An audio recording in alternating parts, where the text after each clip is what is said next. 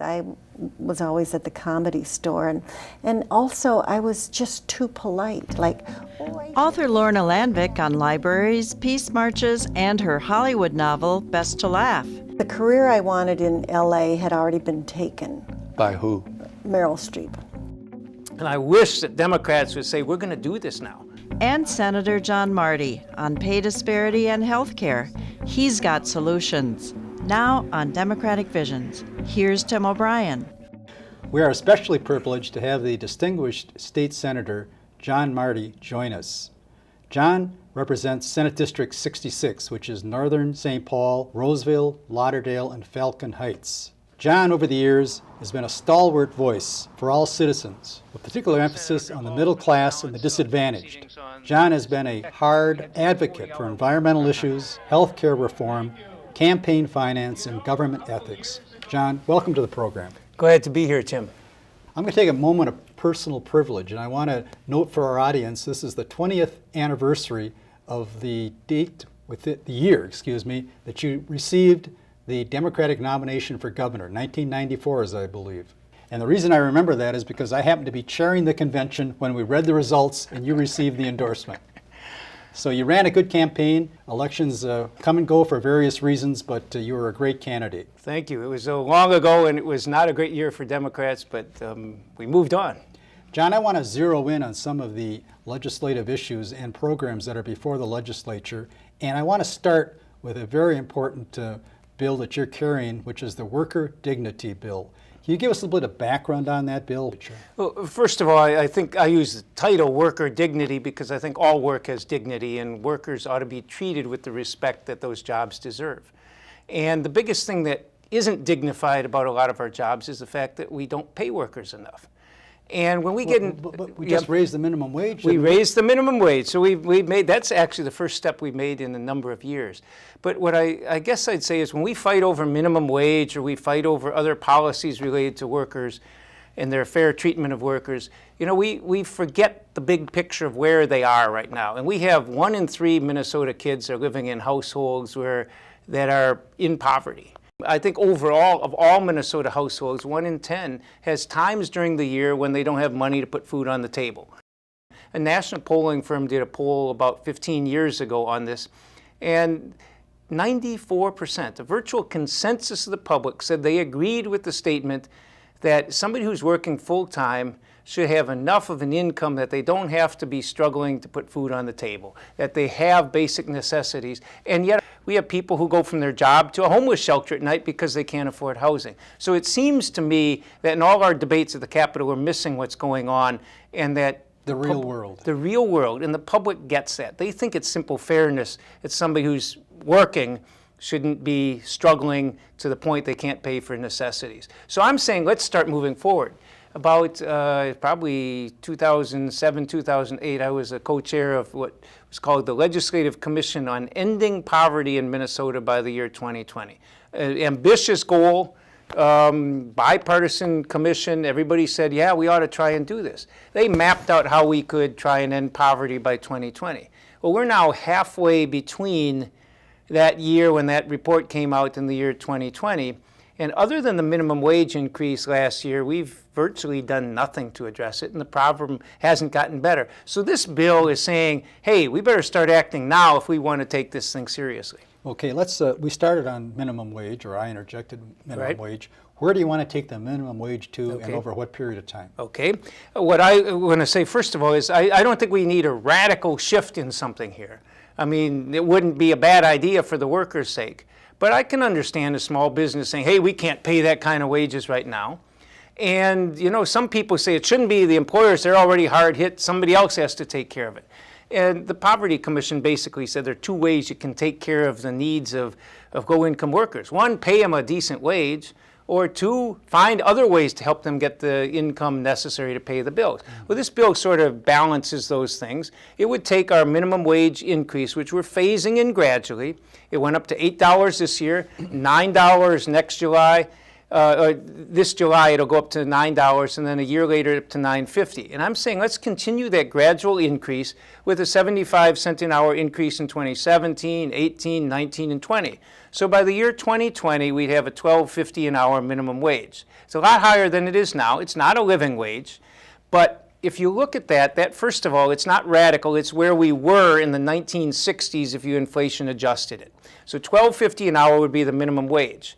We also have other ways. Would that be inflation adjusted? That would be after that, it would be inflation adjusted. So $12.50, so we want to keep it there. We get it to a decent level and we keep it there. Okay. And then the second part of it would be, because again, as I said, we're not expecting businesses to do all the heavy lifting here. But we have something that's had strong bipartisan support, what's called at the national level, it's the Earned Income Tax Credit. At the state level, we have a similar Working Family Tax Credit, which basically takes low-income workers and gives them a tax credit on their earnings. So in effect, instead of paying a large income tax, they're getting some back. And it makes a huge difference. This bill would increase it so a single parent, a mom with one child, who makes about $23,000 a year, which is about what you'd be making at $12.50 an hour. A single parent with one kid at that level would be getting right now under our Minnesota Working Family Credit about 900 some bucks. Under this bill, it would raise it to 3,000 bucks. So a 2,000 buck bump for their income there. So that's two of the things it would do. It would raise the minimum wage significantly, but gradually. It would raise the Earned Income Tax Credit, which is a state expense, but it's a tax cut, and I think it's one there's been bipartisan support for. And the third thing it does is recognize that we don't address child care costs very well. You know, in the 1950s, the Leave It to Beaver type of American family, you know, it was one parent was working, other parents stayed home with the kids. Well, it doesn't work that way anymore. You can't afford to have one person working in a household. So we have lots of single parent households. So you got to do something about child care. And many low income workers, would pay more in child care than they get paid for their work. So we have a program already in Minnesota, the Child Care Assistance Program. The more you make, the more you pay for your child care. It's a great program, but it's not funded enough. So there's a 7,000 family waiting list right now. And it also doesn't reimburse enough. So what I'd suggest we do is, first of all, we fund it so there's no waiting list. So if you are looking for a job, you find a job, you don't have to go tell your employer. The employer says, when can you start? And you say, well, exactly. 2-year waiting list. Right. So you could start right away. And on top of that, it would reimburse at a decent level. 3/4 is 75th percentile of what local child care providers are getting. So we're not starving the child care providers either.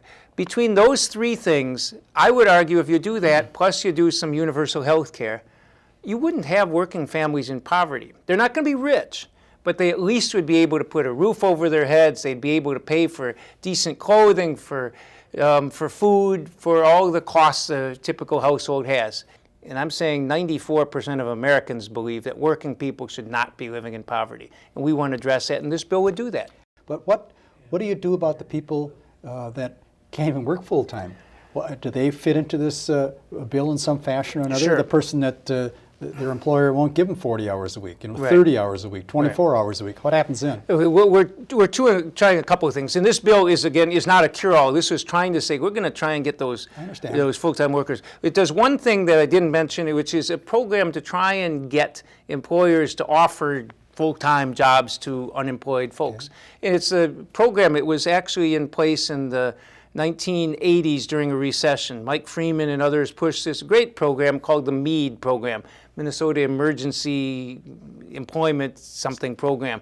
And what it did was, it was something small businesses really like, because there wasn't a lot of red tape. You hire an employee, in this case you hire them making at least $12 an hour, which would be, our minimum wage would eventually push that up beyond that, but you'd pay them $12 an hour, and half of that, whatever you're paying them, up to $12 an hour, $6 of that would be subsidized with a tax credit for the employer for the first 6 months. If you keep them on longer than that, you could get an extra $2 an hour for the rest of the year. And then after that, if you keep them on, you don't have to repay any of it. It was a simple program. It worked well. We think we should reinstate that to help get more jobs for people. Here's my second question, John. What's happening at the legislature? Do you think that bill of yours has any reasonable prospect of being adopted? I would predict it's not going to pass this year. What I'm trying to do is we got to get talking about this. It's a dialogue. Yeah. These things happen after some period of time. And Tim, as I said, 60% is a landslide in politics. This is 94% of the public Right. believes that. And to people who say, oh, I don't trust your poll, go ask your neighbors.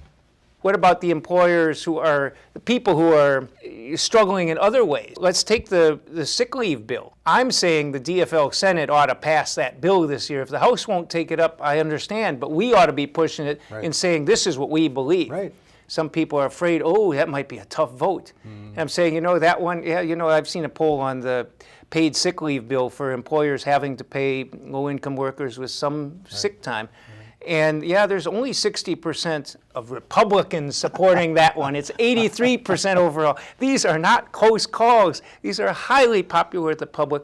And this is one of those cases where doing the right thing is popular. And I wish that Democrats would say, we're going to do this now. We've got to do it. It's fairness to do it. And so I'm really pleased that, some of my colleagues are pushing this bill for paid sick leave for people. And it's not just for the low-income workers either.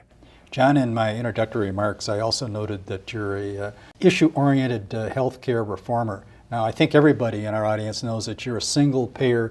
You've always been a single payer. We don't have a single payer system in Minnesota. Are you still pushing for that?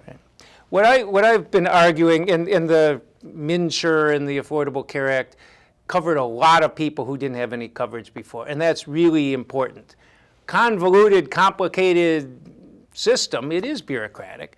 It basically is doing more of what we did in the past. We're just doing more of it for more people, and that's a positive thing. We cover more people. But to me, the trouble is it doesn't save money. It covers more people, and that keeps people healthier, and that's a good thing to do. But we can save money, and if we look at the evidence, I don't use the term single payer for what I'm for much, not because I'm opposed to the term, but because most people don't know what it is. They know they love it or they hate it, but they don't know what it is. So what term would you use? I just talk about a health care program that covers everyone. I want to deliver health care instead of health insurance.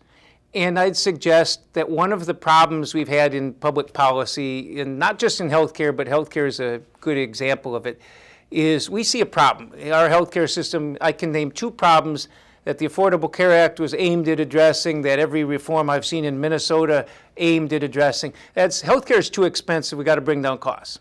Not everybody's covered, we got to cover more people. And the biggest one we figure, well, if we bring down costs, more people can get covered. So the biggest effort of all the reforms in recent years has been, how can we bring down the costs? I'm saying, why don't we, for a minute, throw that all aside, just temporarily set that aside and say, look, if we're going to do some reform here, why don't we first figure out how we can deliver health care in a system that keeps people as healthy as possible and gets them the health care they need when they're sick or whatever. How can we design a good health care system that works? Forget about the cost for a minute. We're spending twice what any other country in the world practically is spending. And why don't we just forget about the cost for a minute, because what we're doing isn't working, and try and design a healthcare system that works. And the interesting thing is when you do that, I think coincidentally you actually save money. It's interesting. And that's what we're trying to do. And so what we've got is what we're calling a Minnesota Health Plan, which would cover every Minnesotan, not 90, we got 95% covered now. That's the highest we've ever had. 95% covered, but this would move it up to 100%. And unlike the current system, it's not a problem. The current system isn't just a problem for that 5%. It's the other 95% who are covered, but their copays are too high, or it doesn't include dental care, or it doesn't cover this, and so on. John, I want to thank you very much for being with us tonight, and for particularly thank you for taking a lead on so many important issues. Thanks. Well, Tim, it's great to be here again. Ain't gonna let nobody turn me around. We are marking history here today and providing a foundation on which future generations can grow and act. 50 years have passed since the Selma marches for civil and voting rights changed the course of America. The anniversary was recognized in Alabama by President Obama and veterans of the 3 attempts to cross the bridge out of Selma on the road to Montgomery. They marched and sang in St. Paul and other cities. The deaths of 4 martyrs were not forgotten. The words of Martin Luther King Jr. were not forgotten.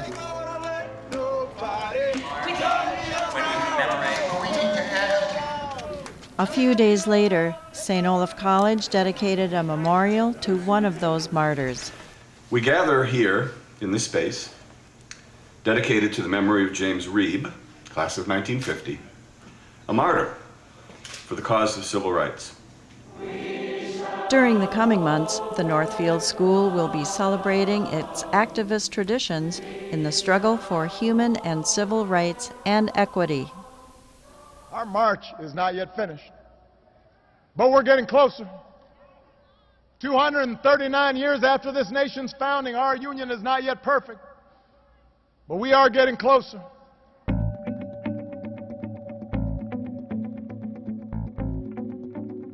To no one's surprise, author Lorna Landvik's annual weekend shows at the Bryant Lake Bowl Theater in January sold out.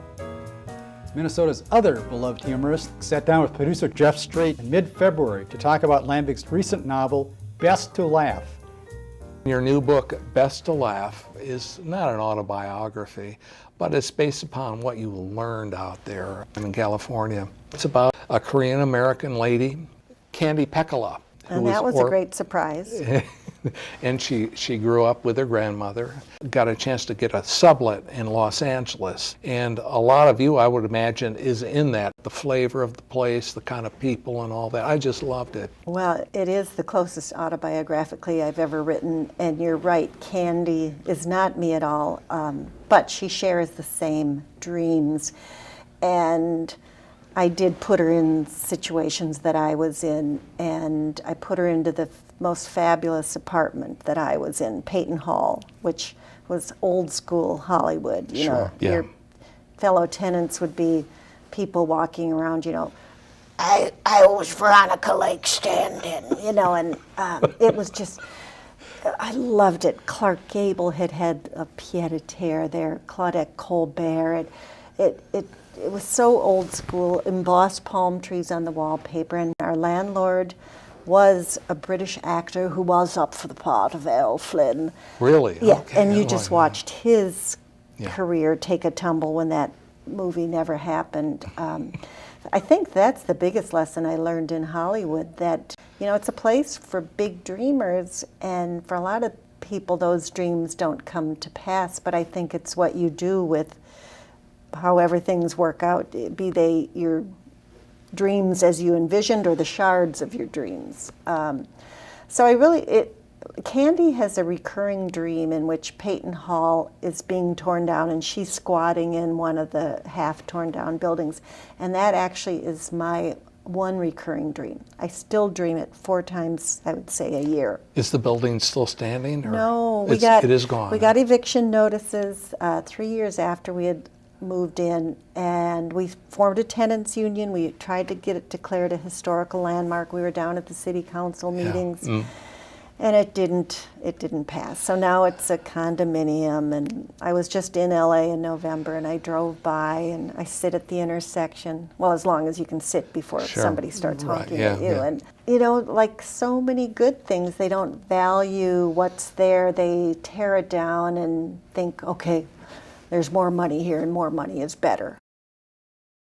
Candy Pekala, that's not a Scandinavian or Norwegian name, it's a Finnish name. What do you like about your character? I like that she's in comedy, and I think that was my big impulse in writing this book. You know, men don't have, they don't own comedy, although there are a lot of men who think they do. And when I was doing comedy in the 80s, you know, in LA, it was a little different. It's gotten better, but there was a lot of sexism. I honored that time. I honored all the funny women that I worked with, and I really wanted to write about that time and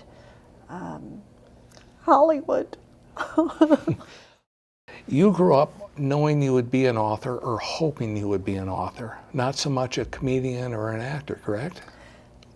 To be a writer was my very first goal, and that goal came to me in the first grade when I learned how to read. The first grade? Mm-hmm. And I learned how to read with the Dick and Jane books. You sound like someone that can plan their lives out, you know. Well, I just thought, wow, I'm so captivated by seeing Spot jump, and I wanted to create that kind of magic. But I also have always liked to act, so I've had a kind of 2-pronged career, and the writing means the most to me. If I had to choose one, I'd definitely choose the writing, but it's just fun to get out of the house and be in front of people after having been, you know, with a book, and it's just you and the characters, and you hope they see the light of day sometime. But Now you write at home, correct? I do, although I used to write a lot at libraries. Okay. But now they've gotten too loud, you know. Oh, yeah, loud from what? Nobody whispers and do. I want to be frightened by librarians. I know. You know? You want to be shushed in a library. Yeah, I do. Yeah. And I want the other people to be shushed I even know. more. You know, I wrote when my daughters were growing up, so I'm very used to writing amid a lot of chaos. Yeah. And, you know, you just kind of focus that out. But I tend now to write mostly at home, just because it's close to a coffee maker and, you know, the refrigerator. How many parts of the country have you gone to talk about Best to Laugh? In Best to Laugh, I went to primarily the West Coast and a lot of Midwestern areas. Haven't been to Rome or Paris yet, so I'm hoping that'll be on the docket. Is it going to be translated, perhaps? Wouldn't that be great? A Best to Laugh. It would be, yeah. Well, Best to Laugh was a phrase Candy Pekala, your heroine, took from her mother, a Korean lady. Well, her mother was a Korean war bride, and I think that's, for me, the fun of writing fiction, because I had no intention of having a Korean war bride be this character's mother, but that's who she turned out to be. Yeah. Her mother's new to English, so she's not really confident in her superlatives. Mm-hmm. So she might have said better to laugh, but it comes out best to laugh. And I do think it's a pretty good philosophy. The departed mother's advice serves 20-something Candy quite well. Landvik's prose here is as textured and human as the Hollywood tribal lands. It swims with humor, sadness, savvy, and a bit of snark. Lorna, on almost every page there's something quotable. Someone said about actress Taryn's facelift. This is how you talk about facelifts. It was said, her visage now wore permanent expression of mild surprise. Well, that's it. Your first book, you wrote a lot of it in your neighborhood library? I did, the Nokomis Library. And that was my childhood library, Okay. after the Longfellow Library was closed and relocated. I go there a lot to pick up books. I don't necessarily write there. The comforts of home are a little more conducive to writing. Does your celebrity status affect your privacy? I'm when you're constantly barraged by requests and fans. No, I'm kidding. No. No, it's just, as I said, libraries are a little too noisy now. They were sanctuaries, but I think now libraries have to appeal to such a wide group of people to stay open. They're media centers, exactly, aren't and they? community centers. Anytime I go to a city, I'll go to their libraries just to, poke around. You have a favorite one in New York? Well, I like the big one with the lions on Fifth Avenue. Oh, sure, the that's main a good one. But they shush. I found they shush people there more than. I like that. I know. I think because New York has so much noise, they know we value our quiet. Lorna, in 1986, your husband and your young daughter joined the Great American Anti-Nuclear March from LA to Washington. Well, we had just had our daughter, and I had a dream that I was Gorbachev's temp secretary. Yeah, and he had just come into power. Mm-hmm. Nobody knew what the relationship between Reagan and Gorbachev was. And in my dream, a nuclear bomb had been sent to Russia. And, I was just Gorbachev's temp, so I couldn't tell him, don't worry, Dad. I was in a frenzy, and I woke up and I thought, what have we brought this little baby into?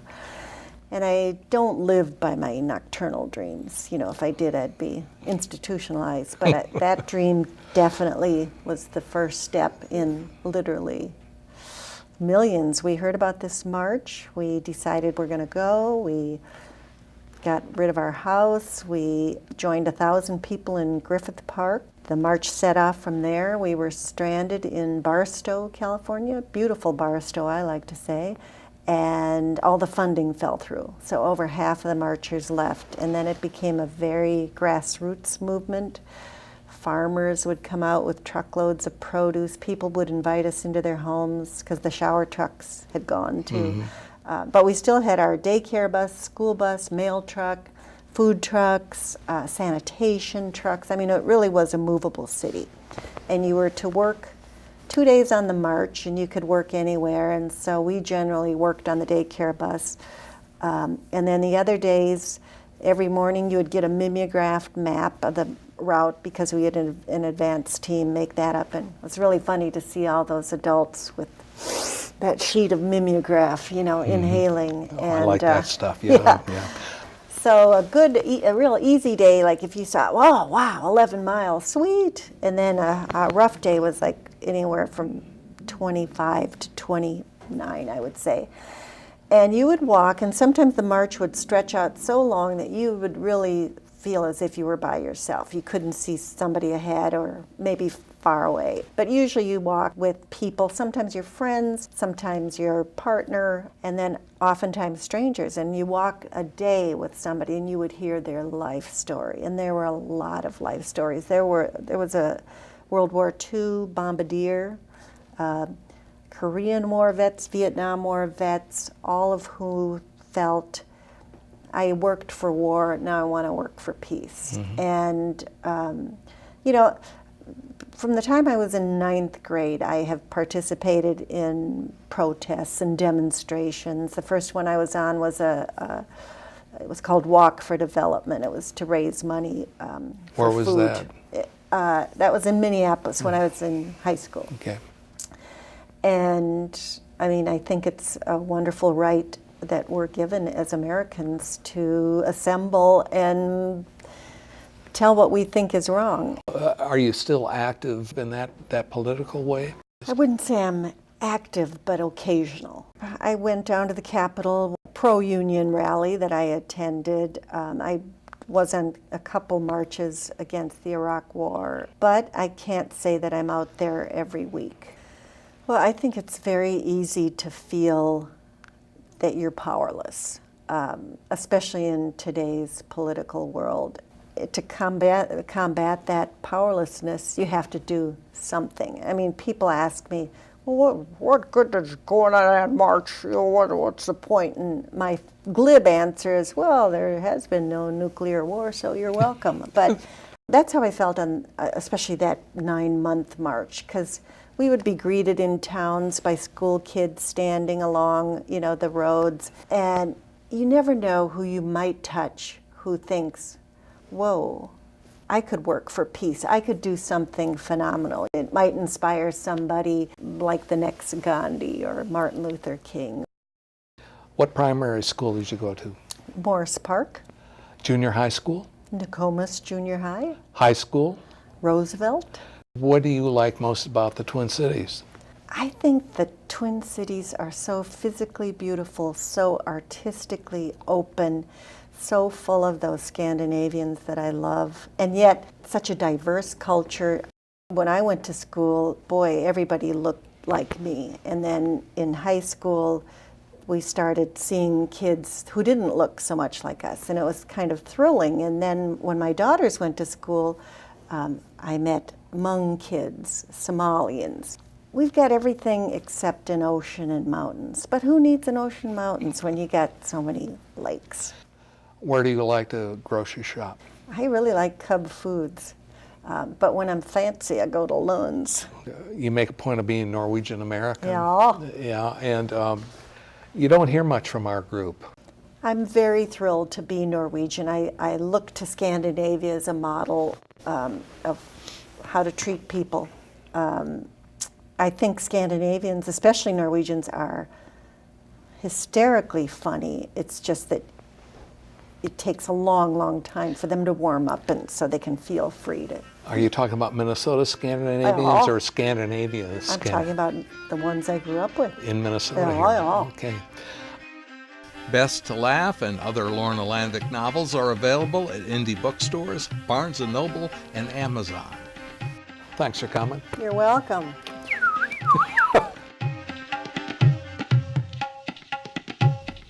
Democratic Visions is independently crafted by volunteers, mostly Democrats, from Eden Prairie, Minnetonka, Edina, and Bloomington.